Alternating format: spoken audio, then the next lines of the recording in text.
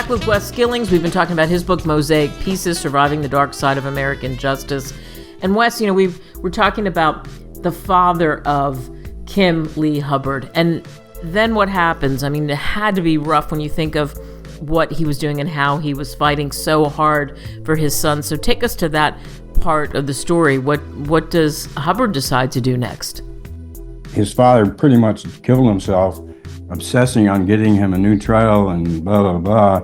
So Kim said, well, his wife talked him into it, actually, Susan. Said she had all this stuff on the table that he got from his father, all this evidence, and she was reading through it, and she said, you gotta do something about this. This is crazy, all this stuff. So he decided, okay, I'm gonna go see if I can get exoneration now. So that's what he's been doing, trying to get, but it's the same old story, really. But I don't know if he'll ever seek it, but it's important to him. He doesn't want his obituary to say, convicted murderer, Kim Hubbard died today. And right. Yeah. Right. So he's working on that exoneration. He's trying, yeah. And he gets him very frustrated. I talked to him a few times, but. Boy, I bet. So when people read Mosaic Pieces, Surviving the Dark Side of American Justice, which you saw, what do you hope they take away? Well, I hope they take away, the justice system is, I don't know, I think we're losing respect for it lately, And I hope they take away that, that there are cases where, and we're seeing more and more. I mean, how many times have you seen DNA freeing some guy because they'd been in jail for 10 years and suddenly find out somebody else did it or whatever? So, I think it's a whodunit in many ways, because I don't say who I know. I think I know who did it. I'm not even sure myself, but all the evidence I have points to another source, another place, which isn't quite as terrifying as the sex fiend angle. And what was I supposed to be talking about? Yeah, we're talking about what people would find fascinating about this and what they take away. And people I've talked to, I've done book things and discussion groups and blah blah blah. And now it's that everybody's like, oh, I think so and so did it. It's turned into a whodunit, and an interesting study on what people pick up in the evidence too, because that's, I think, when the jury at the actual trial, when they interviewed people, juries after, the big thing they said was it a white helmet. He must have done it. So that's what really convicted him. And but anyway, I want people to realize that there are too many people. I mean, it's getting worse and worse. Yeah. We have police and prosecutors that are taking shortcuts, and we're seeing those in true crime stories all the time. And people, they have to remember that people who are convicted of crimes, especially if it's unfairly convicted, there's tragedies too. They have families too.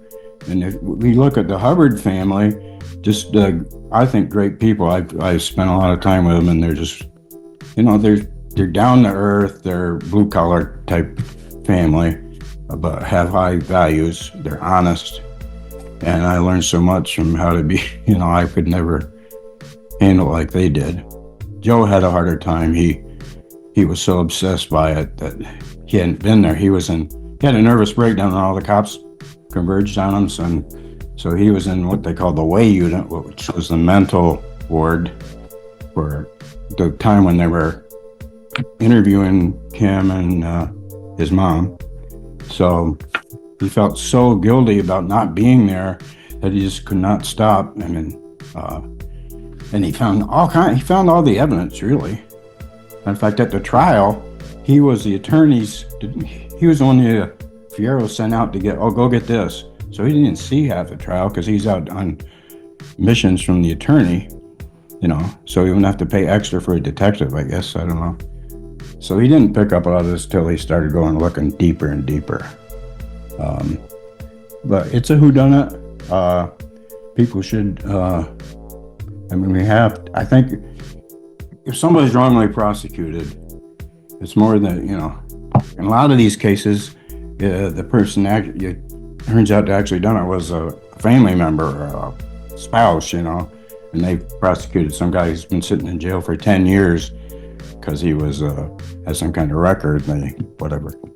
So I think we need more respect for the system. I think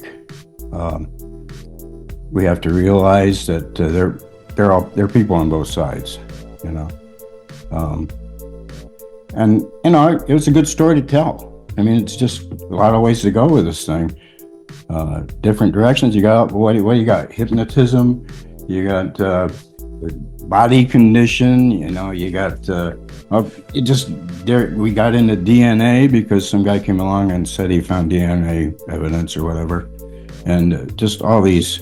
So it was fun for me to research some of this stuff. So it's instructional. So you can learn something from this. I did. That's what and what these people were like, Right. I would say that, and I would say that's why I said your title is so perfect. Mosaic Pieces: Surviving the Dark Side of American Justice.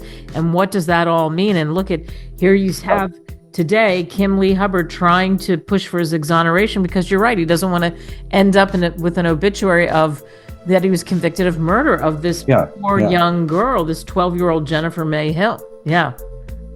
Absolutely. It's a great book. You can get it on Amazon for a song if you want to look at it Kindle-wise, or get paperback too as well. Wes Skillings, thank you so much for coming on. Hey, thanks, Kate. I appreciate your inviting me. Thanks.